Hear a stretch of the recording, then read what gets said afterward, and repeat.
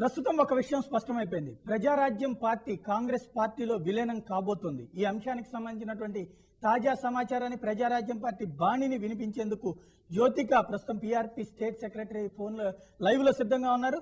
జ్యోతిక్ గారు, ఈ రోజున ప్రజారాజ్యం పార్టీ విలీనం కాబోతోంది అన్నటువంటి ఖచ్చితమైన సమాచారం అందుతోంది. దీని ద్వారా ప్రజలకి పీఆర్పీ ఏం చెప్పదలుచుకుంది? అంటే విలీనం అనేది ఇంకా మేము డిసైడ్ అవ్వలేదండి.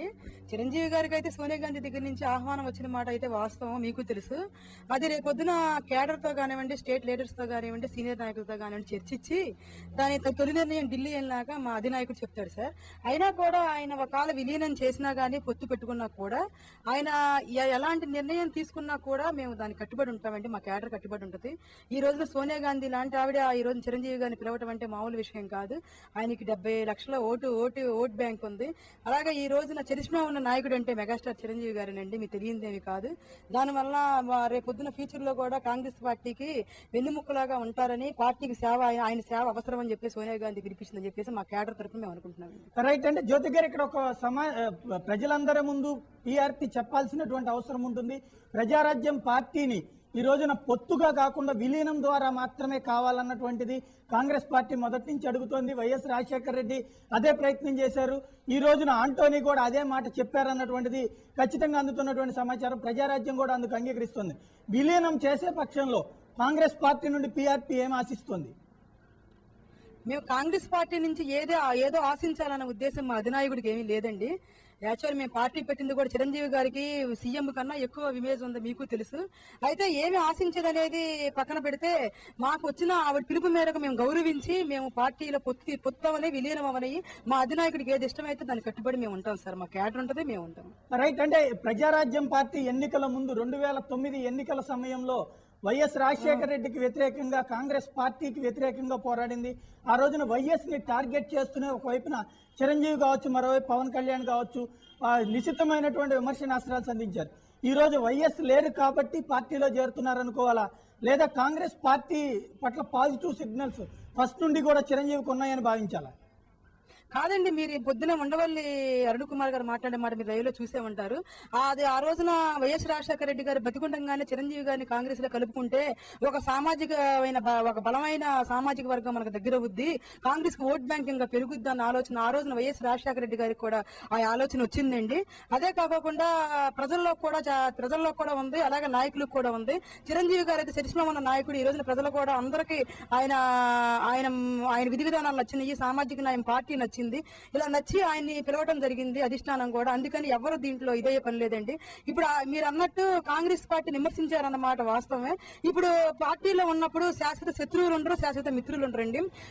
మేము ఇంకా ప్రతిపక్ష పార్టీలో ఉన్నాం కాబట్టి పార్టీలో ఉన్న విధి విధానాల గురించి మాట్లాడి ఉండొచ్చు, కానీ పార్టీ విధానాన్ని బట్టి మేము నడుచుకుంటామండి. రైట్. అంటే ఈ రోజున ప్రజారాజ్యం పార్టీ విలీనం కావడానికే 100కి 99.9% అవకాశాలు ఉన్నాయన్నటువంటి వాదన బలంగా వినబడుతుంది. విలీనం అయినప్పుడు అంటే ప్రజారాజ్యం పార్టీ అన్నటువంటి పేరునే పక్కన పెట్టబోతున్నటువంటి పరిస్థితి ఉంది అన్నటువంటిది వాదన ఉంది. మీరేమంటారు? అంటే మా అధినాయకుడు అయితే మాతో ఇంకా చర్చించలేదండి. మాకు మీటింగ్ ఉంది, రేపు ఎల్లుండిలో మీటింగ్ ఉంది మాకు. మేమంతా చర్చించుకుంటాం. ఒకవేళ ఆలోచించి ఇది మంచిది అని చెప్పేసి ఆయన నిర్ణయం తీసుకుంటాం. మా కేడర్ మొత్తం ఆయన కట్టుబడి ఉంటామండి. మేము చిరంజీవి గారిని చూసి మేము పార్టీలోకి వచ్చాం, కానీ మేము పార్టీని చూసి మేము రాలేదండి. అలాగే చిరంజీవి గారు దేనికైతే కట్టుబడి ఉంటాడో, ఏ సిద్ధాంతాలకైతే కట్టుబడి ఉంటారో, ఏ పార్టీలో ఉంటారో ఆ పార్టీలో మేము కానీ, మా కేడర్స్ కానీ, మా ఎమ్మెల్యేస్ కానీ అందరం ఆయన వెనకాల ఉంటామండి. రైట్. అంటే మీరు ఒక సీనియర్ కార్యకర్తగా ప్రజారాజ్యం పార్టీలో మొదటి నుండి చిరంజీవి వెంట తిరిగినటువంటి కార్యకర్తల్లో ఒకరిగా మీకేమనిపిస్తోంది? ప్రజారాజ్యం పార్టీ విలీనం అవుతే బెటర్ అనిపిస్తుందా, సంకీర్ణం ఏర్పాటైతే బెటర్ అనిపిస్తుందా? అంటే ఇక మాకు సపరేట్ అంటూ ఏమీ లేదండి. ఆయన నిర్ణయమే మా నిర్ణయం. విలీనమైనా మేము ఆయన వెనకాలే ఉంటాము, ఒకవేళ పొత్తులైనా ఆయన వెనకాలే ఉంటాము. ఆయన ఏ నిర్ణయం తీసుకున్నా కూడా మా అధినాయకుడికి మేము కట్టుబడి ఉంటాం సార్. దాంట్లో ఎలాంటి సందేహం లేదు. రైట్. మీలాంటి వాళ్ళు మీ ప్రజారాజ్యం పార్టీలో చూస్తే కనుక ఇప్పటికే 18 మంది ఎమ్మెల్యేలలో ఒక 2 టీఆర్ఎస్ వైపు తిరుగుతున్నారు, మరొక 2 జగన్ గ్రూప్ వెంట తిరుగుతున్నారు. మిగతా 14 మంది ఎమ్మెల్యేలు ఈ రోజున మీతో కలిసి కాంగ్రెస్ లో విలీనమయ్యే అవకాశం ఉంటుందా, లేదా ఆ 4 కూడా ఈ వైపుకే వస్తారని భావిస్తున్నారా? లేదండి, మా 18 మంది ఎమ్మెల్యేలు కూడా ఈ రోజున మామూలుగా వాళ్ళకు ఉన్న వ్యక్తిగత డీలింగ్స్ కానివ్వండి, వ్యక్తిగత సంబంధాలు కానివ్వండి వెళ్ళి కలుస్తున్నారు తప్పనిచ్చి వాళ్ళు ఎక్కడా కూడా ఓపెన్ అయ్యి మేము ఈ పార్టీ వదిలేసి వెళ్ళిపోతాం, ప్రజారాజ్యం పార్టీ వదిలేసి మేము వెళ్ళిపోతాం, ఇంకో పార్టీలో ఉంటామని వాళ్ళు చెప్పలేదు. దానికి గాని మేము ఎప్పుడు మాతోనే ఉంటారు, చిరంజీవి గారి మీద గౌరవించి చిరంజీవి గారితోనే ఉంటారని చెప్పేసి మేము భావిస్తున్నామండి. రైట్. అంటే ప్రజారాజ్యం పార్టీ ఈ రోజున ఒక మార్పు తీసుకొస్తానన్నటువంటి బ్రాండ్తో, మార్పు కోసం మమ్మల్ని ఆదరించమన్నటువంటి ప్రచారంతో చిరంజీవి గత ఎన్నికల్లో ముందుకెళ్లారు. ఈ రోజున మార్పు అంటే ప్రజల నుండి ఆశించినటువంటి మార్పు రాలేదనుకుంటున్నారా, లేదంటే కనుక కాంగ్రెస్ పార్టీనే మారింది కాబట్టి ప్రజారాజ్యం దాంట్లో విలీనమైతే తప్పులేదన్నటువంటి భావనతో ఉన్నారా? అదేమీ లేదండి. ప్రజారాజ్యం పార్టీ మీరు ఒకటి గమనించాలి సాయి గారు, ప్రజారాజ్యం పార్టీ ఇంకా విలీనం అవుద్ది అని మా అధినాయకుడు ఎక్కడ చెప్పలేదండి, ఏ మీడియాలో చెప్పలేదు. మేము మా కేడర్తో చర్చించి చెప్తామన్నాము. కాదు, నిజంగా మీరు అన్నట్టు విలీనం అయ్యింది అని అనుకున్నప్పుడు మేము మాట్లాడతాం సార్. విలీనం అయినా కూడా ఏమి ఇబ్బంది లేదు. మేము ఆయన ఏదైతే నిర్ణయం తీసుకున్నాడో ఆ నిర్ణయాన్ని కట్టుబడి ఉంటాం. మా అధినాయకుడు ఆలోచన మీరు చిరంజీవి మాటలకి కట్టుబడి ఉండక తప్పని పరిస్థితి కార్యకర్తలకు అందరికీ ఉంటుంది. కాకపోతే నేను అడుగుతున్నది, చిరంజీవి కనుక ఈ రోజున ప్రజారాజ్యం పార్టీ నేరుగా కాంగ్రెస్ పార్టీతో కలిసిన విలీనమైన రెండిట్లో ఉండేటువంటిది ఒకటే తేడా, ఇక్కడ ప్రజారాజ్యం అనేటువంటి పేరు పక్కకు వెళ్ళిపోతుంది. ఆ తర్వాత పూర్తిగా కాంగ్రెస్ పార్టీ నాయకుడిగా చిరంజీవి కూడా అందరి ముందు ఉండాల్సినటువంటి పరిస్థితి ఉంటుంది. దీనికి క్యాడర్లో మీలాంటి వాళ్ళందరూ కూడా చిరంజీవి మీద అభిమానంతోనే పార్టీ పెట్టినప్పుడు ఆయన వెంట వెళ్ళారు కాబట్టి తప్పనిసరిగా ఆయనతో కలిసి వెళ్తారు. దానివల్ల లాభం అనుకుంటున్నారా, నష్టం అనుకుంటున్నారా? అంటే ఆయన నాకు తెలిసి మా అధినాయకుడు లాభము అంటే మీరు అన్నట్టు ఒక విలీనం అయ్యే ఉద్దేశం ఆయనకు గనక ఉంటే ఆయన లాభము నష్టం గురించి ఆలోచించుకోకుండా అంతటి మహానాయకురాలు సోనియా గాంధీ పిలుపు మేరకు ఆయన వెళ్తే గౌరవించి ఆయన వెళ్ళి పార్టీని ఇంకా ఉన్న కేడర్ను కూడా కాపాడుకుని ముందుకు తీసుకెళ్లాలని ఆలోచన ఉంటే ఉండొచ్చు. కాకపోతే ఆయన ఆలోచించగల కెపాసిటీ ఆయనకు ఉంది కాబట్టి ఆయన నిర్ణయానికి మేము కట్టుబడి ఉంటారు. రైట్. అంటే చిరంజీవి రాష్ట్ర కేబినెట్ లో ఉండాలని మీరు ఆకాంక్షిస్తున్నారా, కేంద్ర కేబినెట్ లో ఉండటం బెటర్ అనుకుంటున్నారా? ఆయన రాష్ట్ర కేబినెట్ లో ఉండాలి అని, కేంద్ర కేబినెట్ లో ఉండాలన్న ఆశ కన్నా కూడా అన్నిటికన్నా 2 కేబినెట్ల కన్నా ఎక్కువ ఉన్న మనిషి మీకు తెలియదేముంది. కాకపోతే రాష్ట్రంలో కన్నా కేంద్రంలో ఉంటేనే మాకు కూడా గౌరవంగా ఉంటుందని చెప్పేసి మేము అనుకుంటున్నాం. రైట్. అంటే దీన్ని బట్టి చూస్తే ఎంపీ టికెట్ రేపు మేకి రాజ్యసభకి సంబంధించినటువంటి ఎన్నికలు జరగబోతున్నాయి. అందులో చిరంజీవికి రాజ్యసభ టికెట్ ఇవ్వబోతున్నారన్నటువంటి ప్రచారం ఉంది. ఆ తర్వాత ఆయన కేంద్రంలోకి తీసుకుంటారని, అదే విధమైనటువంటి ప్రణాళిక కొనసాగుతుందని భావించవచ్చా? అంటే మేము అక్కడ దాకా ఇంకా మా అధినాయకుడు మాట్లాడలేదు సార్. ఇవన్నీ మేము మీడియాలో చూసే ఊహాగానాలే. అయితే ఆ చర్చలు అయితే ఏమి జరగలేదు. ఆవిడ పిలుపు మేరకు మా కేడర్తో మాట్లాడి మేము చర్చించి ఒక నిర్ణయం తీసుకుని మా అధినాయకుడు మీకు మీడియా ముందుకు చెప్తారు సార్. రైట్. అంటే మీతో పాటుగా కేడర్ అందరూ కూడా గత కొంతకాలంగా కాంగ్రెస్ పార్టీకి పాజిటివ్ గా చిరంజీవి మాట్లాడుతున్నది చూసారు. అదే సమయంలో ఇంతవరకు కూడా ఎదురైనటువంటి ఇబ్బంది జగన్ గ్రూప్ నుండి వచ్చేటువంటి ప్రతిఘటన, ఇప్పుడు జగన్ గ్రూప్ కి రియాక్ట్ అయ్యి ఈ రోజున ఉండవల్లి అరుణ్ కుమార్ కావచ్చు, లేకపోతే బొత్స సత్యనారాయణ లాంటి వాళ్ళందరూ మాట్లాడినటువంటి మాటలందరూ ప్రజలు విన్నారు. అంటే ఈ పరిణామాలన్నీ చూసినప్పుడు చిరంజీవి తప్పనిసరిగా సన్నిహితం కాబోతున్నారు, విలీనం కాబోతున్నారు అన్నటువంటిది ఊహాగానాలుగా కాకుండా దాదాపుగా అదే కన్ఫర్మ్ కాబోతుంది అన్నటువంటి వాదన బలంగా వినబడుతుంది. కేడర్ లో మొత్తం ఎలాంటి ఫీలింగ్ ఉంది? మీతో పాటుగా కార్యకర్తలందరూ ఏమనుకుంటున్నారు? ఈ రోజున ప్రజారాజ్యం పార్టీ లేదంటే చిరంజీవిని నమ్ముకుని వచ్చినటువంటి కేడర్ కి సరైనటువంటి ప్లాట్ఫామ్ కాంగ్రెస్ అనుకుంటున్నారా? అంటే కేడర్ ఎవరు అసంతృప్తితో లేరండి. ఎందుకంటే చిరంజీవి గారికి వచ్చిన మాట వాస్తవమే. కొంతమంది మీడియాలో చూసిన ఊహాగానాలు బట్టి అవునా కాదా అన్న డౌట్ఫుల్ గా కూడా చాలా మంది కింద కేడర్ ఉన్నారు. కానీ అందరూ ఇప్పుడు చిరంజీవి గారికి ఉన్న కేడర్ మొత్తం ఏంటంటే, మనం చిరంజీవి గారిని చూసి మనం వచ్చాము పార్టీ కన్నా ముందు, అయితే ఆయన ఆలోచించి తీసుకుంటాడు కాబట్టి అది ఏ నిర్ణయం తీసుకున్నా విలీనం అయినా కూడా పొత్తులైనా కూడా ఆయన కట్టుబడి ఉంటామని కింద కేడర్ వరకు కూడా గట్టిగా నమ్మకంతో ఉన్నారండి. రైట్. అంటే కాంగ్రెస్ పార్టీ గురించి మీకు తెలుసు, 2009లో వైఎస్ రాజశేఖర రెడ్డి ముఖ్యమంత్రి అభ్యర్థిగా మళ్ళీ ఎన్నికల్లో నిలబడింది. ఆయన గెలిచారు, మళ్ళీ ముఖ్యమంత్రి అయ్యారు. ఆయన మరణం తరువాత పెద్ద సంక్షోభంలో పడింది. ఒకవైపు రాష్ట్రంలో 4 గ్రూపులుగా పార్టీ విడిపోయింది. ఏ గ్రూపుకి ఆ గ్రూపు ఎవరో ఒకళ్ళ మీద ఏదో ఒక కొత్త వాదంతో రోజుకోసారి రోడ్డు మీదకి వచ్చి జనాన్ని తిప్పలకి గురి చేస్తున్నటువంటి, ఇబ్బందులకు గురి చేస్తున్నటువంటి పరిస్థితి. ఇంతటి క్రైసిస్ లో ఉన్నటువంటి కాంగ్రెస్ లో చేరడం ద్వారా చిరంజీవి కాంగ్రెస్ ని బతికించబోతున్నారనుకోవాలా, లేదంటే ఆ క్రైసిస్ లో చిరంజీవి కూడా ఇబ్బంది పడబోతున్నారని మీరు భావిస్తున్నారా? చిరంజీవి గారు ఇబ్బంది పడే ప్రసక్తే లేదండి, నెవర్. ఎందుకంటే కాంగ్రెస్ పార్టీకి 100 సంవత్సరాల చరిత్ర ఉన్న పార్టీ. కాంగ్రెస్ పార్టీలో కాంగ్రెస్ పార్టీ అధినాయకురాలు సోనియా గాంధీ ఇలాంటి వాళ్ళని, ఇప్పుడు జగన్ కావచ్చు, జగన్ వర్గం కావచ్చు, జగన్ వర్గం ఎమ్మెల్యేలు కావచ్చు, ఎవరైనా కూడా ఇలాంటి వాళ్ళని ఆవిడ చాలా మందిని చూసి ఉంటది. ఇప్పుడు జగన్ వెళ్ళిపోయినంత మాత్రాన్ని ఇప్పుడు ఆయన గవర్నమెంట్ పడేస్తాను నేను, దమ్ముంటే చూసుకొని చెప్పేసి ఎన్నో రకాలుగా మాట్లాడితే గవర్నమెంట్ పడేయగలిగాడు ఆయన ఏమన్నా? ఎమ్మెల్యేస్ ఆయన వెళ్ళిపోయగలిగారా? ఎన్ని జరిగే మాటలు కాదండి, జరిగేది వేరు, అక్కడ చూసేది జనాలు వేరు. ప్రజలకు తెలుసు ప్రజలు ఎవరేంటనేది ఇవాళ మనం చెప్తే తెలిసిన పరిస్థితులు లేరండి. ప్రజలు చిరంజీవి అనేవాడు ఒక మంచి నాయకుడు. ఎలాగంటే అతను ఏమి థియేటర్ కాదు, అలా అని చెప్పేసి ఏమన్నా ఫ్యాషనిజం చేయలేదు, అలా లేకపోతే భూకబ్జాలు చేయలేదు. ఆయన ఒక మామూలు వ్యక్తి, ప్రజలకు సేవ చేద్దామని సామాజిక న్యాయం అన్న పార్టీ పెట్టి ప్రజల్లోకి వెళ్ళినప్పుడు మనం 18 సీట్లు వచ్చినాయి, దాంట్లో ఉన్నాం. సోనియా గాంధీ రూలింగ్ లో ఉన్న పార్టీ కాబట్టి మన దగ్గరికి వచ్చి పంపించింది.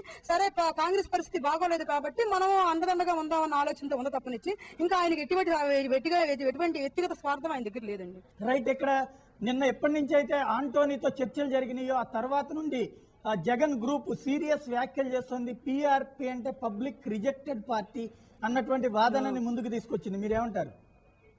రిజెక్టివ్ పార్టీ అని అంటే ఇప్పుడు ఆయన చెప్తే ఎలా వద్దండి, ప్రజలు చెప్పాలి. కానీ ఇప్పుడు వెనకాల వస్తున్నారంటే ఎవరి కాళ్ళు జగన్ పార్టీ అని అంటే ఇప్పుడు ఆయన నాన్న చూసుకొని వస్తున్నారు. లేకపోతే జగన్ అంటే ఆ డబ్బు ఉంది, జగన్ అంటే డబ్బు ఉందని నీకేముంది కేడరు? అప్పుడు నువ్వు పార్టీ పెట్టాలి, నువ్వు విధి విధానాలు తెలపాలి, పార్టీ ఏజెండా తెలియాలి, ప్రజల్ని దగ్గరికి రావాలి, ఇంకా చాలా ఉంది. అప్పుడే అయిపోలేదు కదా. ఇప్పుడు చిరంజీవి గారి గురించి తెలుసుకునే సత్తా ఏంటి ప్రజలు చూపించారు. ఆయనకు వచ్చే జనాలు ఏంటి, ఆయనకు వచ్చే ప్రజా ఆదరణ ఏంటి, ఆయనకున్న చరిష్మా ఏంటి ప్రజలకు తెచ్చు. జనాలకు తెలుసు, సోనియా గాంధీకి తెలుసు, మీకు కూడా తెలుసు. మీకు తెలిసే మీరు భయపడి మీరు దాన్ని జీర్ణించుకోలేక మరి మనిషికి ఉక్రోషంతో మాట్లాడే మాటలు తప్పనిచ్చి ఇంకా ఇది ఏమీ లేదని చెప్పి తెలియజేసుకుంటాం. రైట్. చిరంజీవికి సినీ చరిష్మా ఉంది, కానీ జగన్కి వచ్చేటప్పటికి రాజకీయ చరిష్మా ఉంది. అందుకనే జగన్ వెంట లక్షలాది మంది జనం వస్తున్నారు. చిరంజీవి వెంట వచ్చేటువంటి వాళ్ళందరూ ఒక హీరోని చూసినటువంటి కోణంలోనే చూస్తున్నారని జగన్ వర్గం వాదిస్తుంది. ఏమండి ఇప్పుడు ఎలా ఉంటది అంటే, ఇప్పుడు మనకు దక్కంది ఇంకొకళ్ళు దక్కితే అది ఒక ఈడ్సే భావంగా ఉంటది.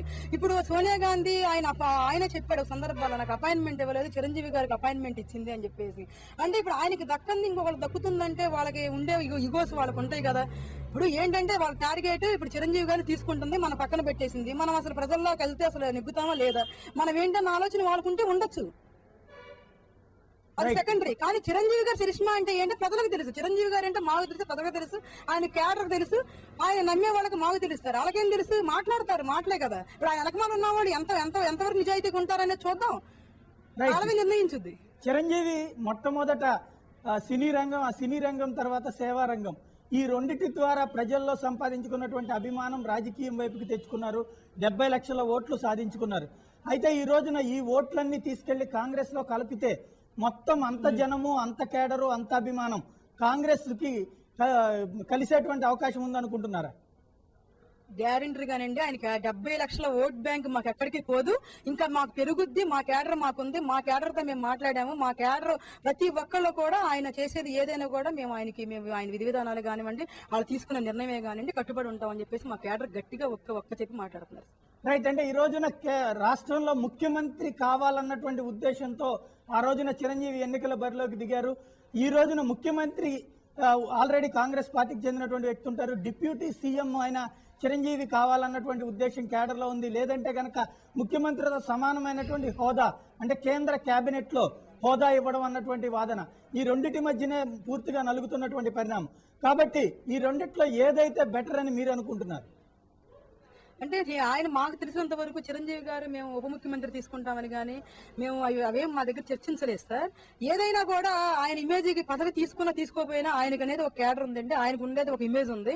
ఆయన ఎప్పుడు చిరంజీవే, ఆయనకి ఈ పదవులు ఇచ్చినంత మాత్రాన ఆయనకేమి ఒదిగేదేమీ లేదండి. రైట్. ప్రజారాజ్యం పార్టీ కాంగ్రెస్ తో కలవడం ద్వారా ప్రజారాజ్యానికి లాభమా, కాంగ్రెస్ కి లాభమా అన్నటువంటిది ఏమన్నా బేరేజ్ వేసే ప్రయత్నం చేస్తున్నారా? ఇద్దరికి లాభం ఉంటేనే కలుస్తారండి, ఒకరికి లాభం ఉంటే ఎలా కలుస్తారు? రైట్. అంటే రాజకీయంగా ఇది సరైనటువంటి వ్యూహాత్మకమైనటువంటి ఎత్తుగడే అనుకుంటున్నారా? అది ఎత్తుగడలు ఏమి కాదండి. ఇప్పుడు ఇద్దరికి ఇప్పుడు ఉన్న రాష్ట్ర రాజకీయాలు అయోమయ స్థితిలో ఉన్నాయి, మీకు తెలియనిది ఏమి కాదు. అయితే ఇవాళ వాళ్ళకు కూడా ఒక చరిష్మా గల నాయకుడు కావాలి ఇప్పుడు అని సోనియా గాంధీ కౌరంపించింది. అలాగే చిరంజీవి గారు కూడా వెళ్ళి పార్టీని విధి విధానాలతో ముందుకు తీసుకెళ్తారు. కష్టపడి పనిచేసే మనిషి, క్యాడర్ ఉన్న మనిషి, అందరూ అది న్యాయపూర్వకంగానే ఉందని చెప్పేసి మేము భావిస్తున్నాం. రైట్. థ్యాంక్ యూ అండి జ్యోతి గారు. ఇది పరిస్థితి. మొత్తం మీద కాంగ్రెస్ పార్టీలో విలీనమయ్యేందుకు ప్రజారాజ్యం పార్టీ రంగం సిద్ధం చేసుకుంటోంది. కాకపోతే ముందుగా కేడర్లో ఉన్నటువంటి నాయకులందరినీ కూడా కలిసేందుకు చిరంజీవి ప్రయత్నిస్తూ ఉన్నారు. మొదట ఎమ్మెల్యేలతో సమావేశం, ఆ తరువాత గ్రామ స్థాయిలో ఉన్నటువంటి నాయకులందరితో కూడా 1 by 1 సమావేశాలు ఏర్పాటు చేస్తారు. మండల స్థాయి నేతలతో, గ్రామ స్థాయి నేతలతో, అలాగే పాలిట్ బ్యూరోలో ఉన్నటువంటి సభ్యులందరితో సమావేశాలు, ఇలా 1 by 1 సమావేశాలు ఏర్పాటు చేయడం, వాళ్ళ అభిప్రాయాలన్నీ తీసుకున్నటువంటి తరువాత రానున్న రోజుల్లో ఎక్కువ మంది, ఇప్పటిదాకా ఆయన కలిసిన